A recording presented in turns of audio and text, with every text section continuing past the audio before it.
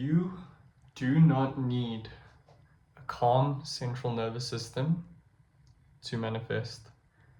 Completely everything that you believed tied to the nervous system is incorrect. Everything these guys are saying on YouTube, I'm seeing it from guys I've never even seen before. Maybe you haven't seen me before, but what I will tell you now is going to change everything. If you are the operant power, if you are this mystical being that can bring everything into your life out of just sheer attraction, if that is true, why do you need your nervous system to be calm in order to bring things in? Again, then you start subscribing to this game of, if I'm completely calm, then I'll get what I want. But the truth is, you're always getting what you want. And maybe what you want is the incorrect way to phrase it, but it is what you want because you are pretty much addicted to whatever it is you're bringing into your life. So, to summarize, your nervous system has nothing to do with it. You're actually so much more powerful than you believe. And it is due to these rules that you set for yourself that you actually limit yourself. You are holding yourself back. And if you learn to pull back and actually give yourself these things, tell yourself that, it is that simple, you can attract a lot into your life.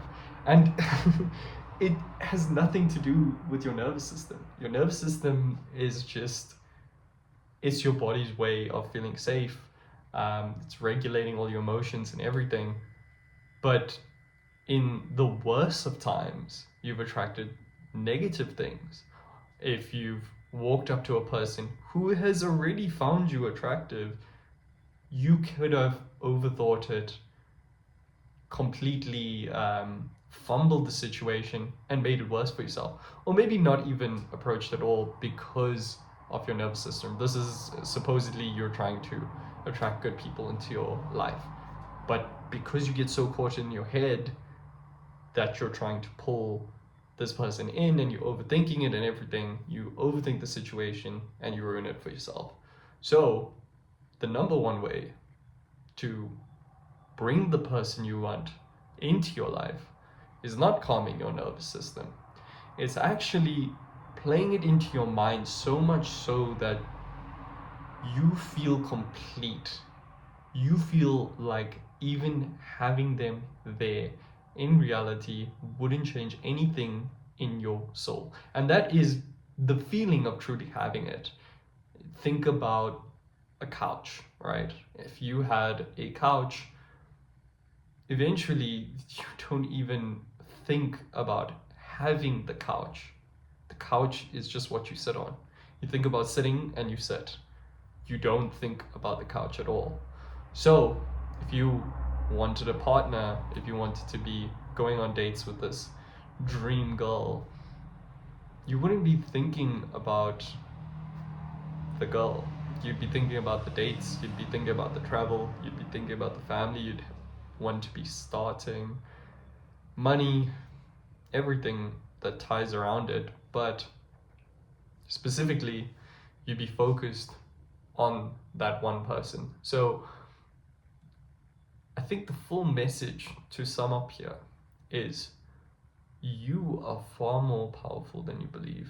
And when it comes to your mind, you set these invisible rules that dictate what you allow within your realm.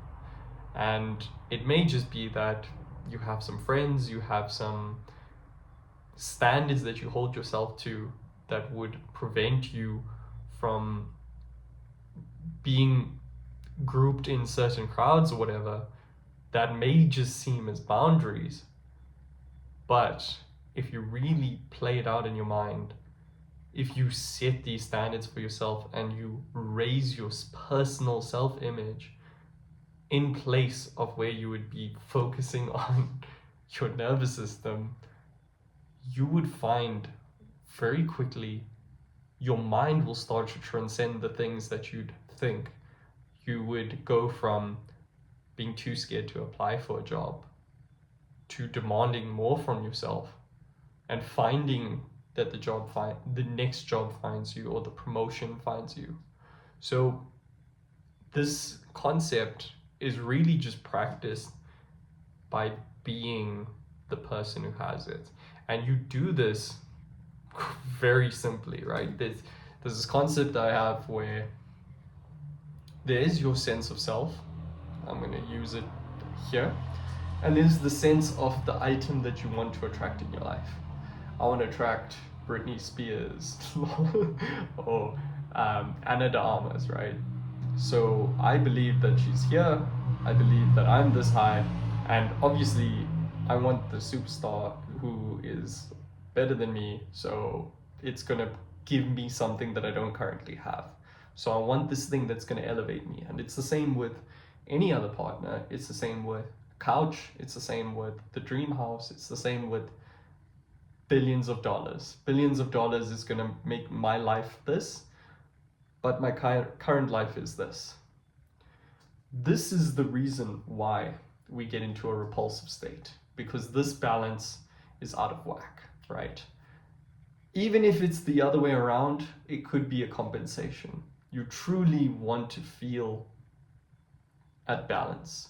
And when I say at balance, it's I can be with it or without it. There's no need. So there's yourself. There's the future job. If you held yourself to the standard of, have the best possible job, I'm earning the best kind of money in my life. This is through affirmations, it's through visualizations, it's through your sense of self-concept. That it's you, of course it's you. You would go out there and produce the best possible work. You would get the best kind of job, and you would be sought after by multiple people. Of course they would want you because you are that person. That sense of self holds stronger than this job. And if you truly felt this way and you allowed yourself to feel this way for multiple days, up until a month or whatever in a time period, you don't even need a month.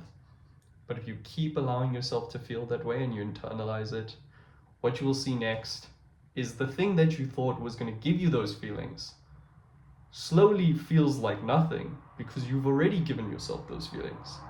Now, because you've given yourself those feelings, the sense of importance on that item, the sense of joy that would come from this item drops. And that's how you find the true abundance state, where with or without it, you are perfect. With or without it, you have more than enough. With or without it, there's so much more that can come to you. And that's really what I want to discuss today. So again, to summarize, you don't need any central nervous system hacking, because the truth is, the same way you can ruin a job interview is the same way you can attract multiple jobs or attract the opportunity to never need a job. And that all comes from who you're being and the sense of self and the state that you embody. So try and embody that state of abundance. Give it to yourself. Visualize yourself with all of the things that you think are going to give you something more, that are going to make your life the dream life. Give yourself the dream life. Give yourself the dream life. Just sit and close your eyes and give yourself that dream life.